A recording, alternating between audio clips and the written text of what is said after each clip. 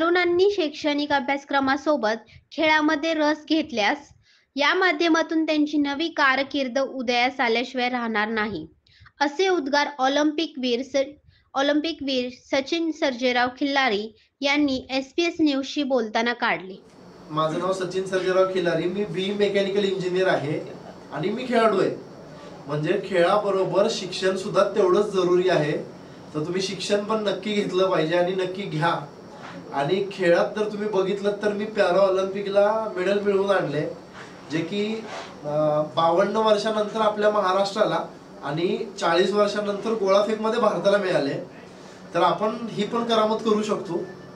आणि दुसरी गोष्ट मला तुम्हाला विशेष सांगायला आवडेल की खेळामधून मला महाराष्ट्र सरकारने आता क्लास 1 अधिकारी पण बनवले. तर खेळामुळे काय काय घडू शकतं त्याचं जिवंत उदाहरण. आणि मी पॅरा ॲथलीट आहे. तर माझ्याकडे बघितल्यानंतर सगळे लोक मला म्हणतात की तू पॅरा ॲथलीट तर वाटतच नाही, तू तर पैलवानच वाटतो. बाबा मला असं बोललं जातं बरं का. मी बघितल्यानंतर हा, तर मी तुम्हाला तेच सांगेन की शरीरच आपली सगळ्यात मोठी संपत्ती आहे. आणि हे सगळं करत असताना भारताचा झेंडा सुद्धा आपल्याला बाहेरच्या देशात जाऊन उंचवायची एक आपलं नशीब आहे किंवा आपल्याला जर चान्स मिळतोय तर तुम्ही नक्की आयुष्यात जे काही कराल, काही करा, खेळा, अभ्यास करा किंवा व्यवसाय करा, काही करा, पण जे काय कराल ते 100% आनंदानं, त्याच्यात 100% जीव ओतून करा. आणि मी तुम्हाला माझा वैयक्तिक एक संदेश देईल की जे काय करायचं ते टॉपच करायचं. बांबोडे जिल्हा परिषद मतदारसंघाचे सदस्य विजयराव बोरगे यांच्या वाढदिवसानिमित्त कौतुकाची थाप या कार्यक्रमात ते बोलत होते. त्या अनुषंगाने सचिन खिल्लारी यांच्या भेटीमुळे, त्यांचे अनुभव ऐकल्यामुळे आपल्या पंचक्रोशीतील तरुणांना प्रोत्साहन मिळाले.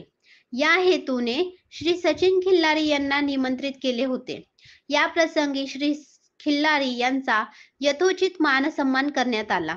यावेळी बोलताना श्री खिल्लारी म्हणाले की तरुणांनी स्वतःवर विश्वास ठेवून कोणत्याही खेळामध्ये रस घ्यावा, त्यामध्ये प्रावीण्य प्राप्त करावे.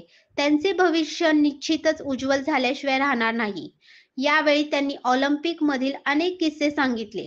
तसेच पंतप्रधान आपल्याला भेटायला आले, हा क्षण आपल्या आयुष्यातील सगळ्यात परमोच्च क्षण होता. यावेळी त्यांच्याकडून प्रशिक्षण घेत असलेले साईवर्धन विक्रम पाटील हे देखील उपस्थित होते. यावेळी तहसीलदार रामलिंग चव्हाण, पोलीस निरीक्षक विजय घेरडे, विक्रम पाटील, ओंकार कदमबांडे, शरद बाऊचकर, विष्णू यादव, अशोक पाटील यांच्यासह ग्रामस्थ आदी मान्यवर उपस्थित होते.